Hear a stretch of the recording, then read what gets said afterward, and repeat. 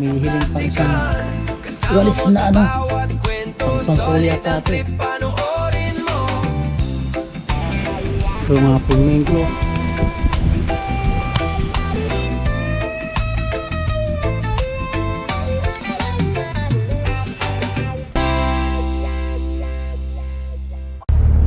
Good morning mga kabosing. Isang magandang araw. Araw po ngayon ng Martes. Welcome po ulit sa aking YouTube channel. So 5 days na yata tayo hindi nakakapag video. Medyo hindi naman tayo talaga na mag video gawa ng katinahin na lamunan mga kabosing. So sa ngayon mga kabosing ay dito tayo sa Aguinaldo Highway. Ayan. At may pupuntahan tayo mga kabosing. So hindi ko lang alam mga kabosing kung si nakapanalig ay nandun pa sa bahay ko doon sa Batangas. Dahil napanood ko may kautol. Nandun pa sila. Kasama yung butol niya si Kamikmik mga kabosing. So hindi talaga tayo nauwi ngayon. Habang mataas pa ang crudo, hindi na tayo muna nag-uwi ng Batangas mga kabosing. So pero naghihintay-hintay lang tayo mga kabosing na bumabaan ng konti pa yung mga materialis ng sa mga hardware tulad ng semento, buhangin at saka graba. Dahil talagang bala ko talaga na sementuhan yung bandang yung palabas na paakyat. At sigurado ko pag hindi ko na sementuhan yung mga kabosing ay masisira lang yung ginawa namin. Yung tinambak ko lang doon, baka ma-wash out lang pababa lahat. Sayang din lang ang nagastos. Kaya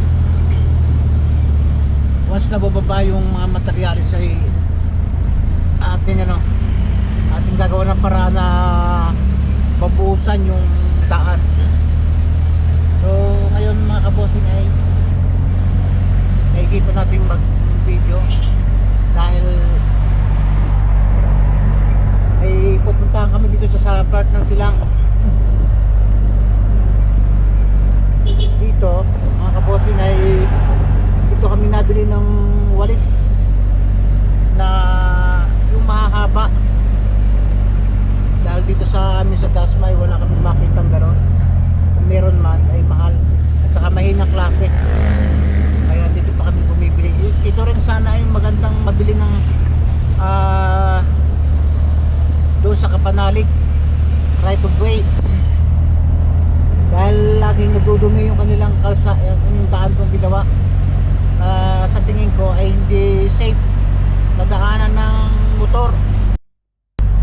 Kahit tao mga kabosing kasi laging may mga bato o kaya mga damo doon sa ginawa nilang right of way.